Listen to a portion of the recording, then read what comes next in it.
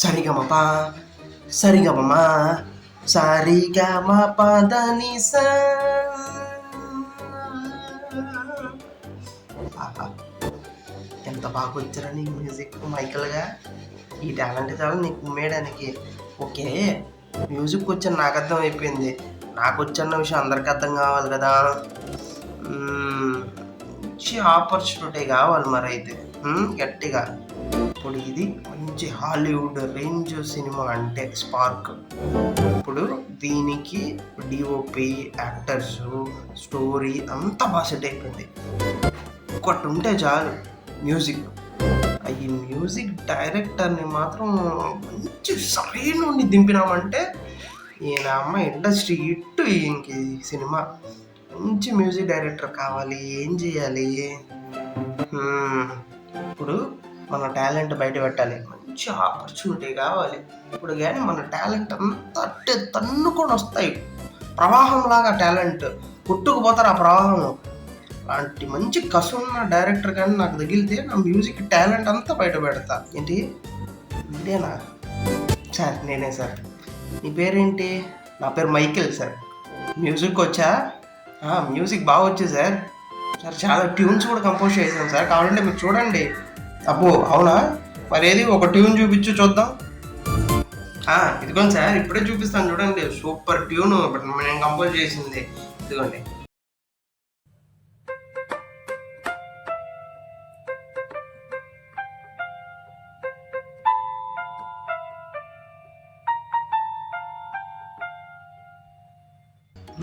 అలా ఉంది. ఒరే అది హ్యాపీ బర్త్డే ట్యూన్ రా, దాన్ని నువ్వు కంపోజ్ చేయడం ఏంట్రా? అయినా ఇదేంట్రా దీన్ని ట్యూన్ అంటున్నావు? ఒరే నీకు నిజంగానే మ్యూజిక్ వచ్చా? అరే సార్ మీరు లిరిక్స్ ఇవ్వండి. బ్రహ్మాండమైన ట్యూన్ కంపోజ్ చేసి ఇండస్ట్రీ హిట్ కొట్టకపోతే అడగంటే సాంగ్ ట్యూన్ ఇవ్వండి. సారీ, మీ దగ్గర ట్యూన్ అడుగుతున్నాను.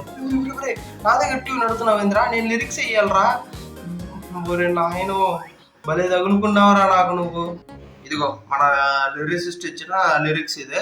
దీన్ని చదివి దీనికి ఒక మంచి ట్యూన్ కంపోజ్ చేయి. సార్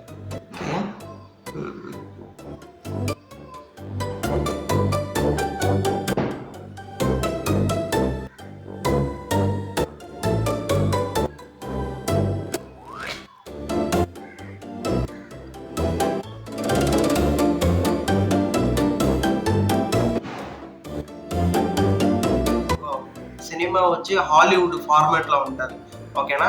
సో హాలీవుడ్ ఫార్మాట్ కాబట్టి మనం సాంగ్స్ అన్నీ కూడా కొంచెం ఇంగ్లీష్లోనూ ఉండాలి అండ్ మన తెలుగు సాంగ్స్ ఉంటాయి. అదేవిధంగా ఏంటంటే ఇంగ్లీష్ వచ్చినప్పుడు ఏంటంటే మన హాలీవుడ్ రేంజ్లో మ్యూజిక్ ఇన్స్ట్రుమెంట్స్ అన్నీ కాకుండా కొంచెం మన local earth Indian peppy songs ఉండాలి, ఓకేనా? సో నువ్వు ఈ లిరిక్స్ చూసినావు అంటే ఇందులో ఫస్ట్ పల్లవి ఉంది కదా, ఈ ఫస్ట్ పల్లవి దగ్గర ఏంటంటే ఏదన్నా ఒక ఇన్స్ట్రుమెంట్స్ ప్లే చేసుకో, ఓకేనా? ఇది మళ్ళీ లూప్లోకి వెళ్ళాల్సిన అవసరం లేదు, ఎందుకంటే సెకండ్ పల్లవి ఇంకోటి రాసేసినారు.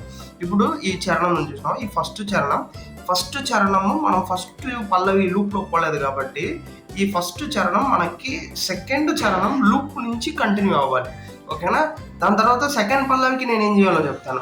కాకపోతే మ్యూజిక్స్ అని చెప్పాను కదా, డ్రంపెట్స్, హార్మోనియము ఇట్లాంటివి ఏమన్నా వాడుకో. కాకపోతే చూడు, ఈ పల్లవికి ఈ చరణంకి ఒక మ్యూజిక్ స్ప్లిటేషన్ ఉండాలి, ఓకేనా? సార్ ఒక్క నిమిషం సార్, ఒక చిన్న డౌటు. అంతా ఓకే కానీ ఈ పల్లవి చరణం అంటే వాళ్ళెవరు సార్? పల్లవి చరణం కూడా తెలుసుకోకుండా నువ్వే మ్యూజిక్ డైరెక్టర్ రా? నీకు నిజంగా మ్యూజిక్ వచ్చా?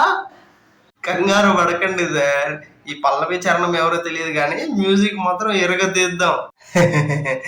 సినిమాలో ఇద్దరు హీరోయిన్లా సార్? వాళ్ళిద్దరు పేర్లా పల్లవి చరణం?